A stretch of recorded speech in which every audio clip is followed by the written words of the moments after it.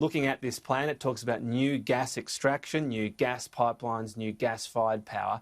It doesn't sound like a transition for a few years, but making gas a big part of Australia's future for many years, even for decades to come. Is that the plan? Well, I think you've hit the nail on the head, Tom, and good morning to you and good morning to your viewers. There's a $49 billion industry around LNG already. Now, that's sprung up out of almost nowhere over the last 10, 15, 20 years. We think gas as a transition will be a very important part of the economic recovery, particularly for manufacturing. If we can provide affordable gas that makes manufacturing internationally competitive, that means more jobs back onshore and that means more Australians in work. So as for that plan, though, and the place of gas you mentioned there, so the Australian Energy Market Operator says the question is no longer whether renewables are the cheapest, because they are, but how to integrate them. It says gas has a potential rollout of 6 different options, but only at $6 a gigajoule or lower. So if prices are higher than that in the future, this will turn out to be the wrong focus, won't it? Well, once again, you're very well informed, Tom. $6 is around the price for competitive peakers in terms of gas to electricity generation. But the most expensive form of electricity generation, Tom, has always been the form that doesn't work. So we've got a whole heap of intermittent wind and solar out there in the market, which has been allowed to be built by states. That now creates some very significant challenges in terms of stability of the grid and actually providing that supply when obviously it's dark and it's not windy. We are submitting significant amounts of funds towards 5 basin plans for gas because we want to ensure that there's more supply into the market. Angus is working around a hub at Wallumbilla, which is the equivalent of a Henry hub. And we're also going to look at the logistics, so a gas pipeline plan which will be developed in coming months. And obviously, once again, if we identify where those pipelines need to be or where there is restrictions in terms of delivery right now that needs to be addressed that industry won't address, well, we will. But on that price, I mean, what sort of confidence do we have it will be $6 or lower until it's come right down recently and obviously a big impact, what's happening around the world right now. But historically, in the recent history in Australia, it's been much higher. I mean, what sort of confidence do we have? Why won't it be $8 or $9 in the future? And what do we do then? Well, once again, it comes down to where the gas is located, what the cost of transport is, whether it's wet or dry gas, and a combination of a whole pile of other things that drive the price. But we believe that there's a significant resource in the Beetaloo, which is wet gas. That makes it even more competitive. We are obviously looking in terms of the pipeline plan at the delivery costs to where it's needed. And once again, I think manufacturing will shift to where that price is competitive if the states that they are currently in cannot ensure that gas supply at a competitive price. Now, there's been a great advantage for Victoria from the Bass Strait for decades. That is now in decline, and we need to ensure we've got availability of affordable gas into the future. So just on manufacturing, you mentioned this, because the Prime Minister in his speech yesterday listed as a reason for the focus on gas is that when he sat down with Andrew Liveris, he said this is a must for manufacturing. Andrew Liveris, of course, on the COVID-19 Commission. He's also on the board of Saudi Aramco. That's an oil and natural gas company. That would have to influence his view on future energy sources, wouldn't it? Well, Tom, when you're talking to people who have got a working background in the industry, well, you'd expect that they've worked for companies inside the gas industry, whether it's around the world or in Australia. I think that's just part of the reason that they have extensive experience and have good advice. But once again, we will act in Australia's interests. We are absolutely determined to get affordable gas, particularly onto the East Coast. And this plan is what it's about, a gas-led recovery. But if you've got someone that works for a huge company and natural gas is a huge part of what they do and how they earn money, you've got to take with a grain of salt when they say gas is a big part of the future, don't you?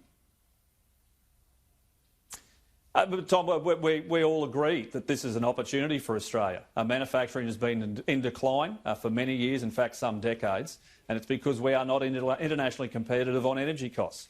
The cost of electricity and the cost of gas, we need to make sure that those companies can be internationally competitive. Australia's got a great workforce, we're technologically very advanced, we've got lots of space, we've got lots of opportunities, but if we don't get the basics right, then those companies won't expand and won't come here. So it's just a fundamental of business. Okay.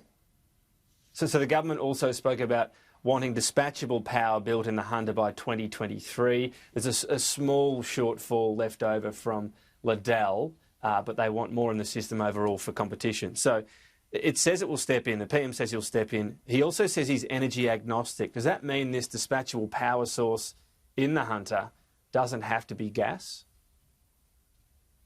Oh, we're committed to a gas peaker at the moment. Well, not at the moment. We're committed to a gas peaker in the Hunter simply because it's something that can be built relatively quickly. It's reliable, it's affordable, it'll operate whenever you hit the go button. We need around 1,000 megawatts. I mean, in terms of contingency for the energy capacity market, it's been as high as 20 and 25% over any number of years.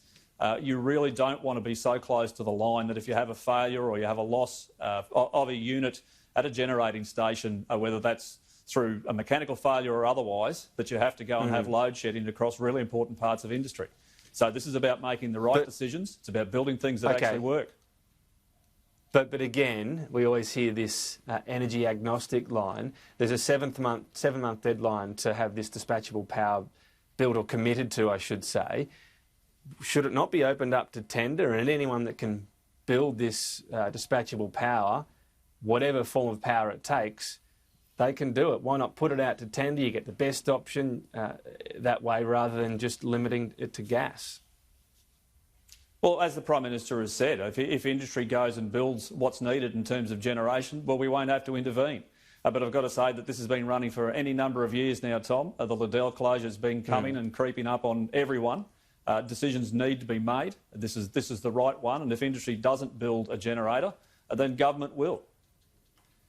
But the pressure's mainly just been on Liddell itself. There was a push to get them to extend the coal-fired power plant. They're not. What about looking more broadly? I mean, Mike Cannon-Brookes has come out and said he'd look at this. He just needs to know what the rules are, and he could look at it his own bid, if you like, or plan on this dispatchable power. Are you open to that? Well, can I say good?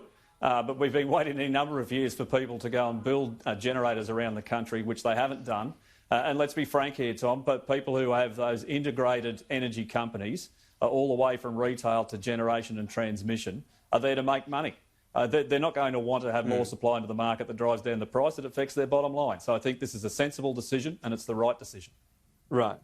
But you say good. He's speaking about dispatchable power, but it would likely be renewable, with batteries to make sure, as you say, if it's not, the sun's not shining, wind's not blowing at that moment, there is still power, it turns on. But that would be his plan. So is he open to that? Would the government have discussions about whether or not he'd be able to come up with an alternative plan to the gas plan you're talking about? Well, Angus Taylor, as the Minister for Energy, has been talking to any number of proponents right across the country. It's the reason we put up the underwriting plan at the last election. It's the reason we're looking to ensure we get more generation capacity into the market. But it's got to be price competitive. I mean, the wholesale price has been suppressed for quite some time. We haven't seen that pass through to people in Queensland, in regional Queensland in particular, and it should.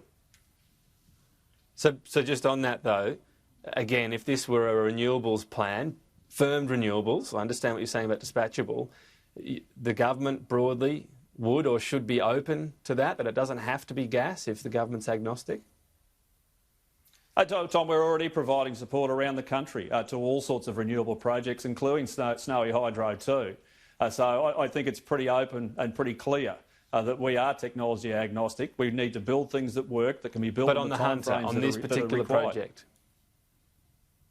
Well, I'll refer you back to the Prime Minister's statement. If industry will deliver what's needed, well, great. If not, by April next year, we'll make a decision for Snowy Hydro to go and build a gas peaking plant.